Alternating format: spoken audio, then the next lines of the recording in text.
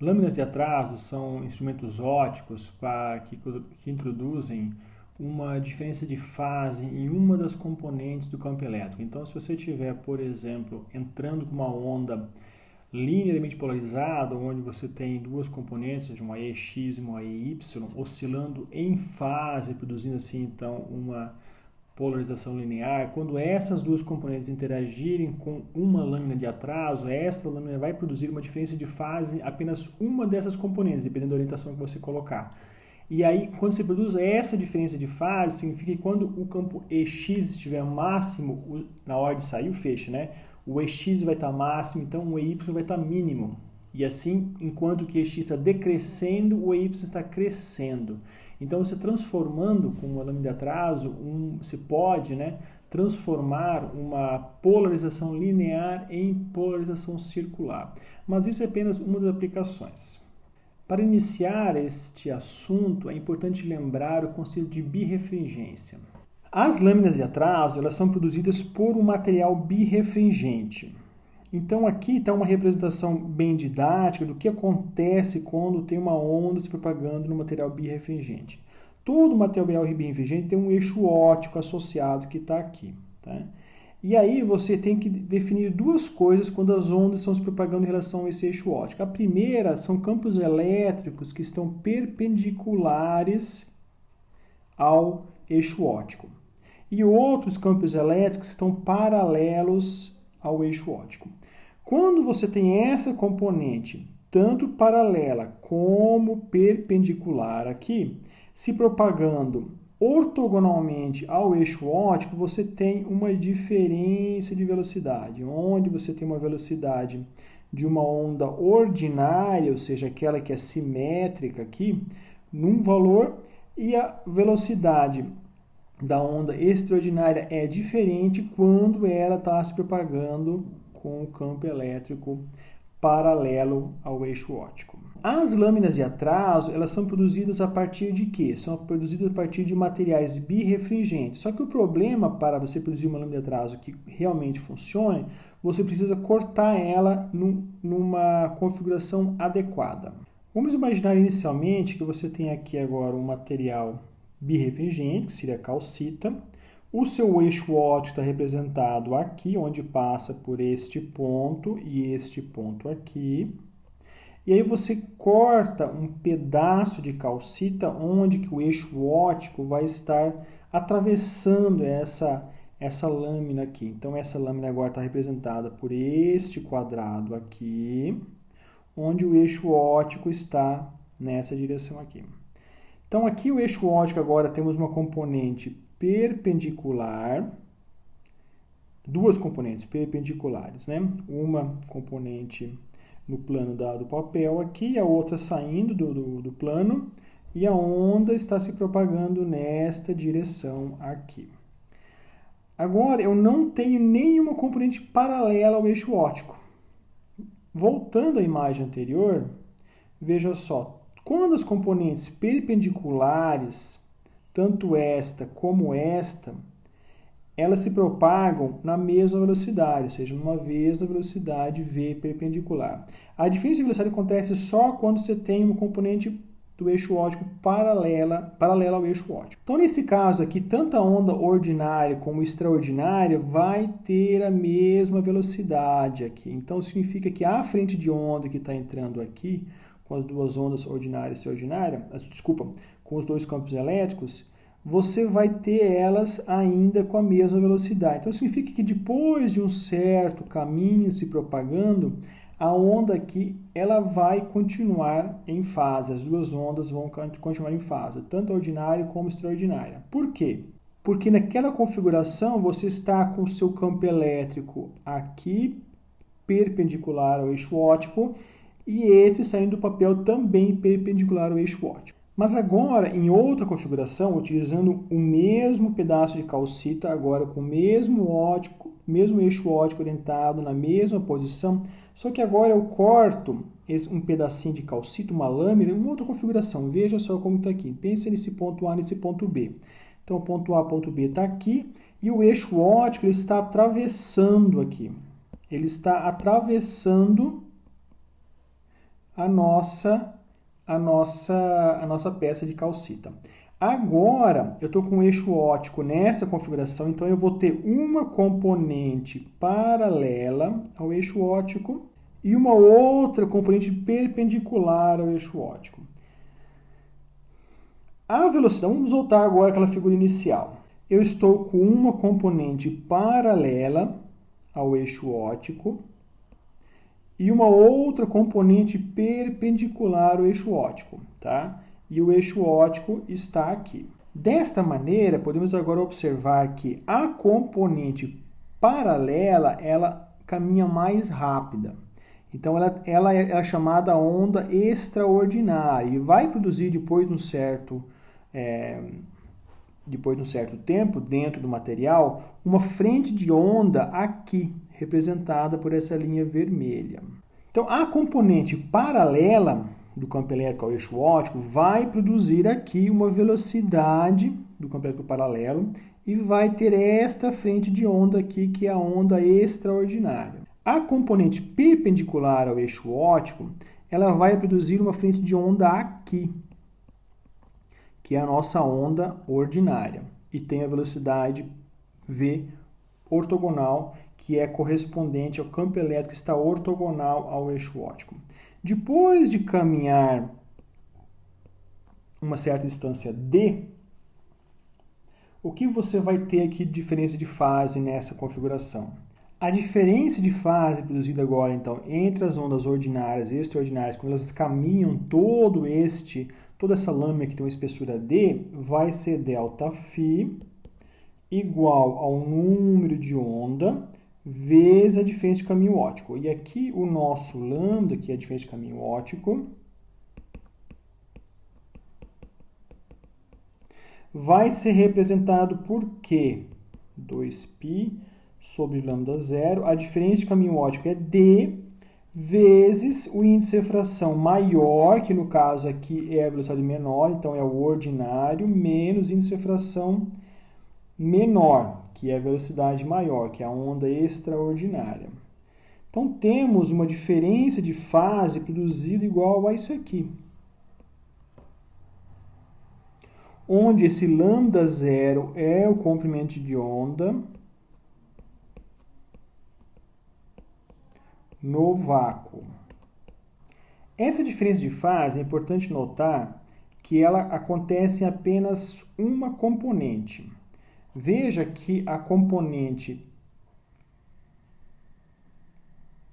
paralela, ela sofre um acréscimo aqui. Então, ela está na frente. Se antes ela entrou em fase, por exemplo, a componente perpendicular e paralela, na hora que ela sair de um certo valor aqui, a componente paralela não vai estar mais em fase com a componente perpendicular, provavelmente. A menos do que?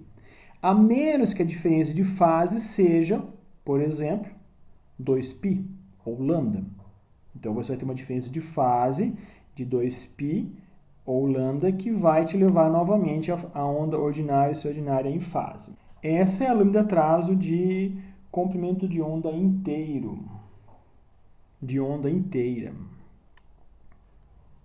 Se essa diferença de fase agora for meio lambda, então você vai ter uma lâmina de atraso de lambda sobre 2, e se ela tiver uma diferença de fase de apenas 90 graus, você vai ter uma lâmina de atraso de 1/4 de onda. Então, as três configurações típicas para lâminas de atraso é quando essa diferença de fase aqui dá 2π, ou quando essa diferença de fase dá π, ou quando essa diferença de fase dá π sobre 2. Como que se chama isso aqui? De uma onda inteira. E no caso, quando dá π, eu posso chamar ela de meia onda. E quando a diferença de fase dá π sobre 2, eu posso chamar ela de quarto de onda. Assim como a diferença de fase é 2π, eu posso falar que a diferença de fase é de lambda, ou de lambda sobre 2, ou de lambda sobre 4. O que vai acontecer quando você tem, no caso, a primeira situação aqui? Não vai acontecer nada. Você vai entrar com um campo elétrico com duas componentes de uma direção. Então, vamos imaginar que você vai ter aqui, então, uma polarização nesta configuração aqui. Depois que você produzir uma diferença de fase de ΔΦ1 mais ΔΦ1, o que você vai produzir como resultado? A mesma configuração, oscilando aqui nessa configuração inicial. Se você agora tiver esta mesma onda entrando, então você tem uma componente elétrica aqui EY e aqui EX, e ela está oscilando aqui linearmente. Se você produzir diferença de fase de meio lambda, significa que esse mais ΔΦ2 aqui, configuração 2, você vai ter o quê? Enquanto que o campo elétrico EY está no máximo, o seu EY não está no máximo para cá. Meia onda significa que está para o outro lado. Então, você está produzindo um campo elétrico EY nessa direção e um EX nessa direção aqui. Então, você está invertendo aquela polarização aqui para ainda linear, mas para um outro quadrante. Agora, o caso um pouquinho mais delicado é quando você tem um quarto de onda, que é essa terceira situação. Então, você tem uma diferença de fase ΔΦ3 que produz um lambda sobre 4. Uma diferença de fase 90 graus. O que é uma diferença de fase 90 graus? Quando o campo elétrico entra máximo aqui e máximo aqui, e você adiciona, então, essa lâmina retardadora, essa lâmina de atraso, você está produzindo uma diferença de fase de 90 graus em apenas uma das componentes. Então, aqui o EY mantém, eu posso manter aqui. E como tem uma diferença de fase de 90 graus, significa que esse valor de EY não está mais máximo, ele está no mínimo aqui, está perto do zero. Enquanto que esse está subindo, este aqui está decrescendo. Então, significa que se o campo elétrico antes estava aqui, depois de um ciclo voltando para cá, reduzindo, este aqui está subindo. Então, o próximo ponto é aqui. E o ponto intermediário é aqui. Então, significa que o seu campo elétrico está fazendo este movimento aqui, no sentido anti-horário, nessa nossa configuração aqui. Essas lâminas de quarto de onda, quando elas são adicionadas a uma fonte polarizada linearmente, elas produzem uma polarização circular. Vamos ver com mais calma isso. Inicialmente, vamos visualizar o efeito de uma lâmina de atraso de meia onda. Então, veja que nós temos aqui o eixo óptico aqui. Eu entro com uma luz polarizada nessa configuração aqui, onde aqui tem um valor do campo elétrico oscilando para o máximo e mínimo. E agora eu tenho, depois de um certo comprimento de onda D, que resulta numa diferença de fase de π, ou lambda sobre 2, veja o que acontece, que esse ponto aqui comum aqui, eu vou ter um valor máximo nessa componente e um valor máximo nessa componente aqui. Da mesma maneira que eu vou ter um valor máximo nesta hora e nesta hora. Então, eles estão em fase. E esse fato de estar em fase significa que você tem um valor aqui de polarização linear oscilando em fase. No momento que interage com essa lâmina, você tem agora esses pontos aqui, fazendo uma ampliação. Você tem que esses pontos que antes estavam em fase, agora não estão mais. Veja só que agora tem um ponto aqui e um ponto aqui. Então, significa que o valor máximo ou o valor mínimo, nesse caso aqui, estão fora de fase. Então, o próximo, vamos desenhar aqui a componente horizontal em azul, que está aqui, aqui e aqui, enquanto que a componente vertical está no mínimo aqui, aqui, aqui, e aqui atrás ela volta a ficar em fase novamente com a onda horizontal. Só que essa fase que ela volta é depois de lambda sobre 2, depois de π. Então, você tem aqui não mais uma fase de 2, você não tem mais uma fase de 2π, você tem uma fase de π. Significa que o seu máximo agora, neste eixo e neste eixo, produziu em outro quadrante. Num quadrante que você ainda produz uma polarização linear, mas não mais na configuração inicial. A lâmina de quarto de onda, ela está representada aqui por essa figura, onde você tem aqui a entrada de um campo elétrico a 45 graus, ela interage com essa lâmina retardadora, com quarto de onda.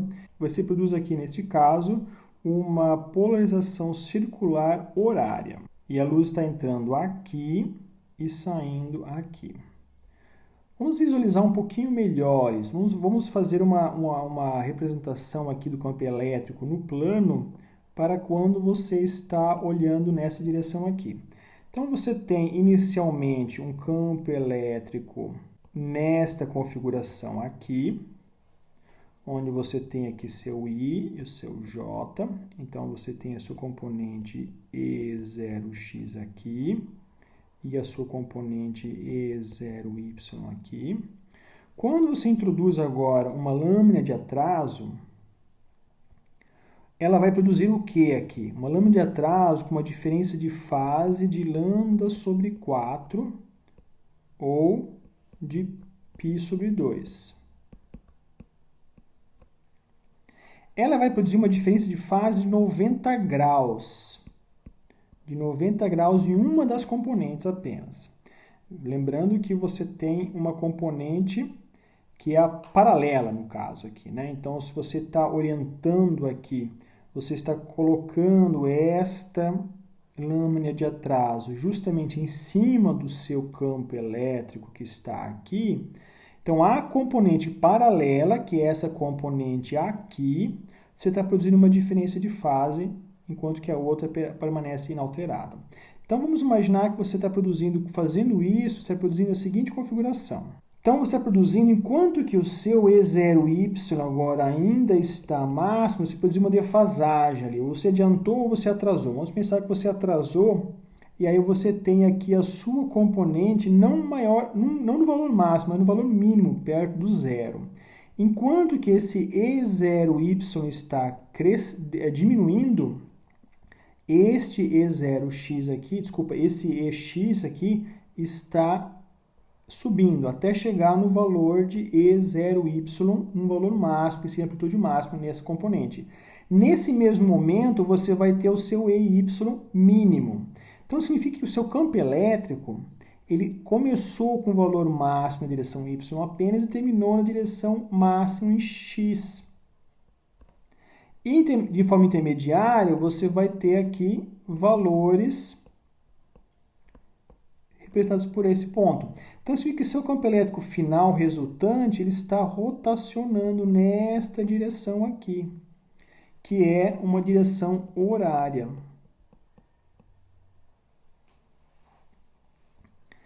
E agora você tem, então, uma junção de uma polarização linear mais uma lâmina retardadora de lambda sobre 4, você consegue produzir um polarizador circular. Você consegue transformar uma polarização linear em circular. A combinação de um polarizador linear com uma lâmina de atraso, você produz, então, um polarizador circular. Então, aqui está representado pela peça A e peça B, onde você tem de entrada uma luz não polarizada. Aqui você tem um polarizador linear, que vai polarizar nessa direção aqui, o seu campo elétrico. Depois você tem uma lâmina de atraso de um lambda sobre 4. Vai produzir aqui uma polarização circular. A combinação desse polarizador linear e dessa lâmina de atraso produz um polarizador circular. Se agora pegarmos esse polarizador linear mais a lâmina de atraso, que é um polarizador circular, invertermos e posicionarmos nesta posição aqui, teremos a mesma coisa. Uma lâmina de atraso aqui e um polarizador linear aqui. Então, nós temos um segundo polarizador circular. Aqui é o primeiro e aqui é o segundo. Então, como que é a configuração agora dessa polarização circular? Se inicialmente você tinha uma polarização a 45 graus, então significava que o máximo estava para cá, o máximo também estava para cá. Na hora que você produziu uma diferença de fase de lambda sobre 4, você está produzindo agora uma variação em uma das componentes, então, quer dizer, esse valor máximo que está para cá está mínimo para cá. Então, você vai ter agora isto aqui crescendo e isto aqui diminuindo. Então, a sua rotação está para cá.